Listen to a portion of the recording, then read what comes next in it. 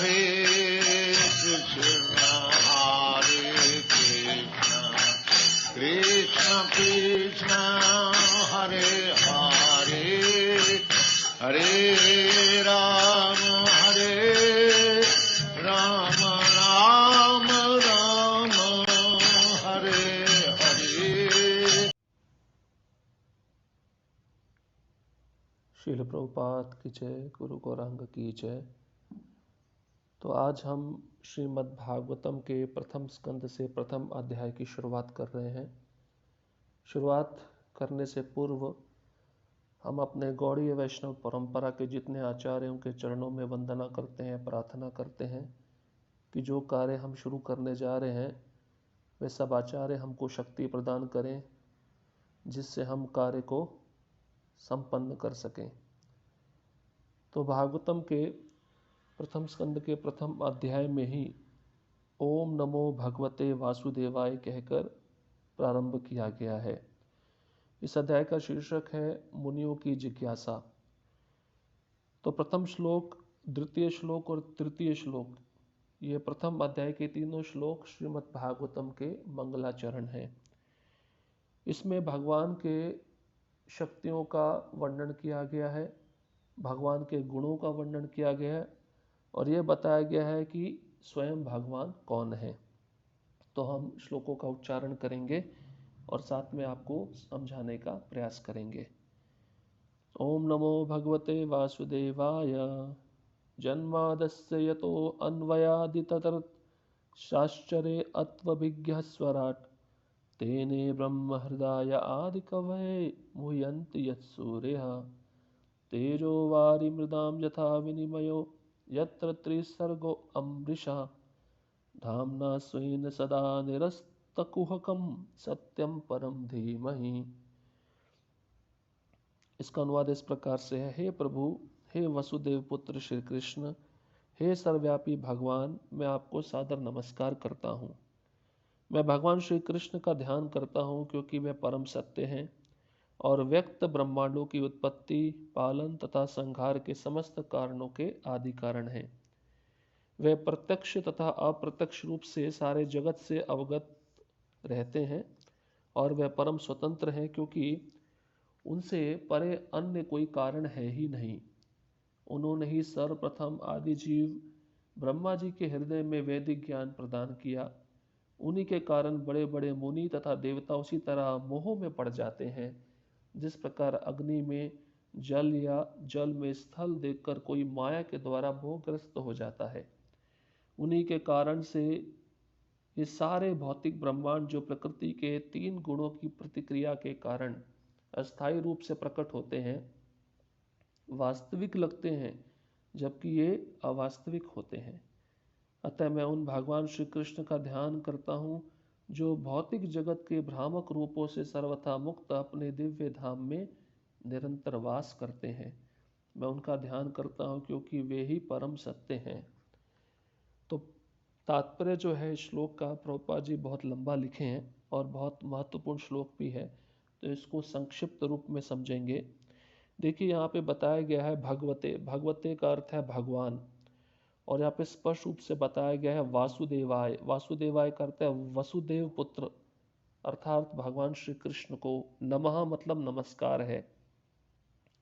जन्म आदि जो उत्पत्ति, पालन तथा संहार से परे है, न जिनकी उत्पत्ति होती है न जिनका संहार होता है। और बताया गया है अस्य, अस्य का अर्थ है प्रकट ब्रह्मांडों का। जो ब्रह्मांड हमको दिख रहे हैं, जो ब्रह्मांड अव्यक्त रूप में स्थित है, उनका पालन पोषण स्वयं कृष्ण अपने अंश के कला के द्वारा करते हैं, अर्थात महाविष्णु के द्वारा करते हैं। अर्थेषु उनका उद्देश्य क्या है? इन सृष्टि की रचना करना जिसमें जीव रह रहे हैं, तो उनका उद्देश्य है इस सृष्टि में जो जीव रहते हैं उनको अपनी लीलाओं के द्वारा आकर्षित करना। अभिज्ञ, अभिज्ञ का अर्थ है वह पूर्ण रूप से अवगत है, भूतकाल में जो घट चुका है, वर्तमान काल में जो हो रहा है और भविष्य में जो होगा। तो ये इन तीनों स्थितियों से भगवान पूर्ण अवगत है, इसलिए उनको अभिज्ञ कहा गया है। और सबसे महत्वपूर्ण शब्द है स्वराट। पूर्ण रूप से स्वतंत्र हैं, उनकी जो इच्छा है वो कर सकते हैं। जीव परतंत्र है और भगवान स्वतंत्र है, इसलिए इनको स्वराट बोला गया है। ब्रह्म तेने ब्रह्म हृदय आदि कवये, उन्होंने ही, जो आदि कवि ब्रह्मा है, उनके हृदय में दिव्य ज्ञान प्रकाशित किया है। वेद और शास्त्रों का ज्ञान है भगवान के द्वारा ही ब्रह्मा के हृदय में प्रकाशित हुआ और उन ब्रह्मा जी ने परंपरा के द्वारा हम तक पहुंचाया। और ये जो ब्रह्मा है मुयंती, बड़े बड़े देवता जिसमें ब्रह्मा भी सम्मिलित हैं, वे सब भगवान की माया के द्वारा मोहित होते रहते हैं। सूर्य बताया है, सूर्य मतलब बड़े बड़े मुनि तथा देवता भी भगवान के द्वारा मोहित होते रहते हैं। और तेजः मतलब अग्नि, वारी मतलब जल, और मृदाम मतलब पृथ्वी, तो ये सब भगवान के द्वारा ही प्रकट हुआ है। और त्रिसर्गः, सृष्टि के 3 गुण अर्थात सत्वगुण, रजोगुण और तमोगुण, इनके संयोग मात्र से जो सृष्टि की रचना हुई है वह महाविष्णु के द्वारा हुई है, जो कृष्ण के विस्तारित स्वरूप हैं। तो ऐसे भगवान को मैं नमस्कार करता हूँ, जो निरस्तक कुहकम अर्थात जो अज्ञान रूपी मोह को तुरंत हटा देते हैं। अपने भक्त के हृदय में वो ज्ञान का दीपक जलाकर उस अज्ञान के मोह को नष्ट कर देते हैं। ऐसे सत्य को मैं नमस्कार करता हूँ। ये स्वयं व्यास देव जी भागवतम के प्रथम स्कंद के प्रथम अध्याय के प्रथम श्लोक में भगवान को नमन कर रहे हैं। अब द्वितीय श्लोक की तरफ जाते हैं। ये बहुत ही महत्वपूर्ण है। धर्म प्रोजित कैतवो अत्र परमो निर्मत्सराणाम सताम वेद्यम वास्तवमत्र वस्तु शिवदम तापत्रयोन्मूलनम श्रीमद्भागवते महामुनिकृते किं वा परेरीश्वरः सद्यो हदवरुध्यते अत्र कृतभिः शुश्रूषणाभिस्तत्क्षणात्। इसका अनुवाद है, ये भागवत पुराण भौतिक कारणों से प्रेरित होने वाले समस्त धार्मिक कृत्यों को पूर्ण रूप से बहिष्कृत करते हुए सर्वोच्च सत्य का प्रतिपादन करता है, जो पूर्ण रूप से शुद्ध हृदय वाले भक्तों के लिए बोधगम्य है। यह सर्वोच्च सत्य वास्तविकता है जो माया से पृथक होते हुए सबों के कल्याण के लिए है। ऐसा सत्य तीनों प्रकार के संतापों को समूल नष्ट करने वाला है। महामुनि व्यासदेव द्वारा अपनी परिपक्व अवस्था में संकलित यह सौंदर्यपूर्ण भागवत ईश्वर साक्षात्कार के लिए अपने आप में पर्याप्त है, तो फिर अन्य किसी शास्त्र की क्या आवश्यकता है। जैसे जैसे कोई ध्यान पूर्वक तथा विनीत भाव से भागवत के संदेश को सुनता है, वैसे वैसे ज्ञान के संस्कार अनुशीलन से उसके हृदय में परमेश्वर स्थापित हो जाते हैं। तो दूसरे श्लोक में देखिए स्पष्ट रूप से बताया, धर्म प्रोजित कैतवो अत्र।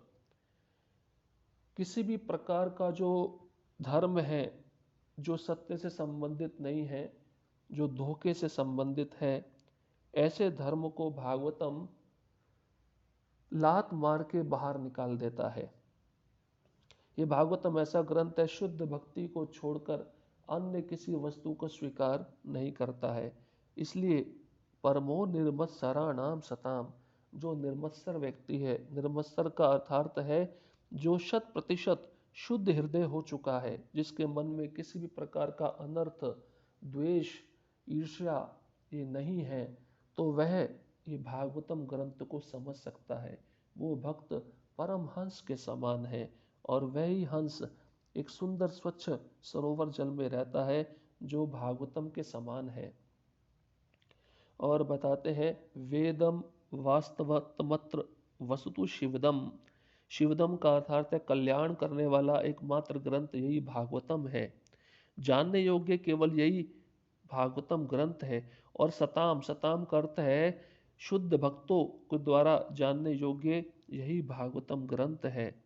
और वास्तविक, वास्तविक का अर्थ है कि संसार में जो क्षणिक जगत है, क्षणिक वस्तुएं हैं, उनका अवलंबन कराने वाला, उनका परिभाषा देने वाला, उनको क्षणिक रूप से दिखाने वाला यही परम सत्य श्रीमद् भागवतम ग्रंथ है। और तापत्रय उन्मूलनम। 3 प्रकार के जो कष्ट है इस भौतिक संसार में जीव भोग रहा है, जिसको कहते हैं आध्यात्मिक, आदि भौतिक और आदि दैविक। आध्यात्मिक जो मन और शरीर के द्वारा उत्पन्न किए जाते हैं, आदि भौतिक जो अन्य जीवों के द्वारा दिए जाते हैं, और आदि दैविक जो उच्च सृष्टि के देवी देवताओं के द्वारा दिए जाते हैं। तो जो जीव इस भागवतम ग्रंथ का आश्रय लेता है, जो स्वयं श्री कृष्ण का स्वरूप है, तो वह उन 3 प्रकार के तापों से मुक्त हो जाएगा। उन्मूलनम मतलब समूल नष्ट हो जाएगा वह 3 प्रकार का ताप भागवतम का आश्रय लेने पर। और श्रीमत ये सुंदर ग्रंथ है। भागवते अर्थात इसका मतलब है भागवत पुराण। और महामुनि इसको किसने बनाया है, इसके रचयिता कौन है, इसका निर्माण किसने किया है? स्वयं महामुनि व्यासदेव ने किया है। और कब किया? बहुत आश्चर्यमय बात है, अपनी परिपक्व अवस्था में किया, जब वह सभी वेदों को, पुराणों को और उपनिषदों को रच दिए और उसमें किसी भी प्रकार के भगवान की महिमा का गुणगान नहीं किए, तो बहुत ही निराश थे और बहुत दुखी थे। तो नारद मुनि जो उनके गुरु हैं, उनके आदेश पर उन्होंने इस ग्रंथ की रचना की। इस ग्रंथ की रचना करने के बाद ही उनको पता चला कि वास्तव में अन्य ग्रंथ मैंने लिखे पर उसमें भगवान की नाम, रूप, गुण, लीला का वर्णन मैं नहीं कर पाया, इसलिए मुझे दुख हुआ, इसलिए मुझे भी संताप होता रहा, मुझे भी कष्ट होता रहा। और जब इस ग्रंथ को मैंने रच दिया जो भागवतम कहलाता है, तो इस ग्रंथ को रचने के बाद मैं पूर्ण रूप से संतुष्ट हो गया। इससे पहले मैं संतुष्ट नहीं था, असंतुष्ट था। तो हम समझ सकते हैं कि स्वयं व्यासदेव भी भागवतम की रचना करने से पूर्व असंतुष्ट थे, खिन्न थे, निराश थे, क्योंकि उन्होंने भगवान की महिमा का वर्णन नहीं किया। जब उन्होंने इस ग्रंथ में शुद्ध रूप से भगवान की महिमा का वर्णन किया, तभी वह संतुष्ट हो पाए। इसलिए कहा गया है, अपनी परिपक्व अवस्था में उन्होंने इस भागवतम ग्रंथ के रचना की। और बताते हैं, सद्यो हदवरुद्यते अत्र कृतिभी। और जो इसको पढ़ता है, जो इस भागवतम का आश्रय लेता है, अवरुद्यते मतलब वह भक्ति मार्ग में दृढ़ हो जाता है, निष्ठा के स्तर पे पहुंच जाता है। जो श्रद्धा से लेके प्रेम तक सोपान है, श्रद्धा, साधु संग, भजन, क्रिया, अनर्थ निवृत्ति, निष्ठा, रुचि, आसक्ति, भाव, प्रेम। तो ये जो स्तर है, अनर्थ निवृत्ति पे ज़्यादातर साधक आके अटक जाते हैं और वह उनको बहुत कष्ट होता है, बहुत समय लगता है निष्ठा पे जाने के लिए। पर भागवतम ऐसा शुद्ध ग्रंथ है, जो भी इसको पढ़ता है और सुनता है, इसका आश्रय लेता है, वो निष्ठा के स्तर पे अवश्य ही पहुंच जाएगा, दृढ़ हो जाएगा। दृढ़ता निष्ठा के स्तर पे ही प्राप्त हो पाती है। और ये कैसे होता है?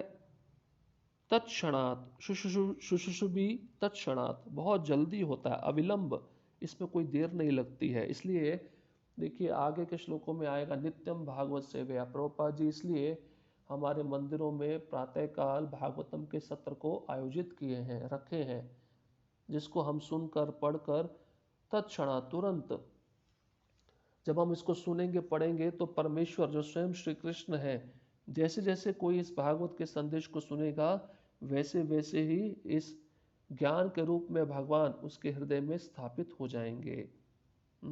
तो ये बहुत ही महत्वपूर्ण ग्रंथ है। तो ये भागवतम के प्रथम स्कंद के प्रथम अध्याय का दूसरा श्लोक है। और तीसरा श्लोक में बताते हैं, ये भी बहुत ही महत्वपूर्ण श्लोक है। निगम कल्पतरोर गलितम फलम शुक मुखाद अमृत द्रव संयुतम पिबत भागवतम रसमालयम मुहुरहो रसिका भुवि भावुकहा। इसका अनुवाद है, हे विज्ञ एवं भावुक जनों, वैदिक साहित्य रूपी कल्प वृक्ष के इस पक्व फल श्रीमद् भागवत को जरा चखो तो। यह श्री सुखदेव गोस्वामी के मुख से निस्तृत हुआ है, अतएव यह और भी अधिक रुचिकर हो गया है। यद्यपि इसका अमृत रस मुक्त जीवों समेत समस्त जनों के लिए पहले से आस्वाद्य था। तो इस श्लोक में भी बताया गया है, निगम का अर्थ है वैदिक साहित्य, और कल्पतरो का अर्थ है कल्पतरु, जो इच्छा को पूर्ण करने वाला वृक्ष होता है। और गलितम मतलब पूर्ण रूप से पका हुआ फल है। कौन? श्रीमद् भागवतम। मतलब वैदिक साहित्य, जितना वेद शास्त्र की रचना हुई है उसका अगर सार निकाला जाए तो एक ही सार है, वो है श्रीमद् भागवतम, जो पका हुआ फल है। देखिए पके हुए फल को खाने में कितना आनंद आता है। कच्चा फल होगा तो उतना आनंद नहीं आएगा, उसको तोड़ने में भी कष्ट होता है। तो अन्य वेद है, शास्त्र है, इनकी तुलना कच्चे फल से की गई है। इसको हम पढ़ेंगे, हमको कुछ पल्ले नहीं पड़ेगा, हमको कुछ समझ में नहीं आएगा।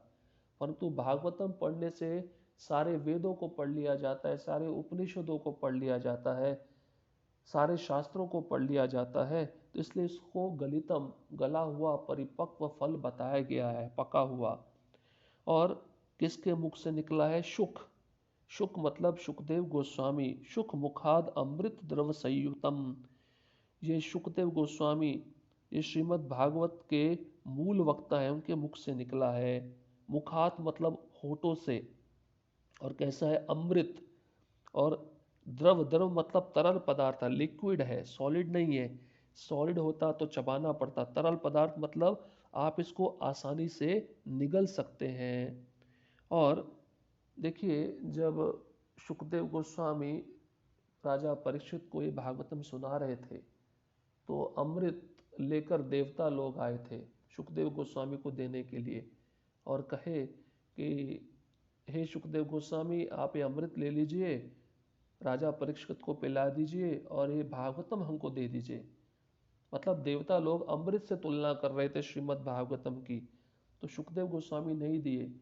सुखदेव गोस्वामी कहे कि तुम इतने स्वार्थी हो, हाँ, और जो जो अमृत पीता है वो अमर बन जाता है, तो अमृत पिलाकर तुम राजा परीक्षित को अमर बनाना चाहते हो।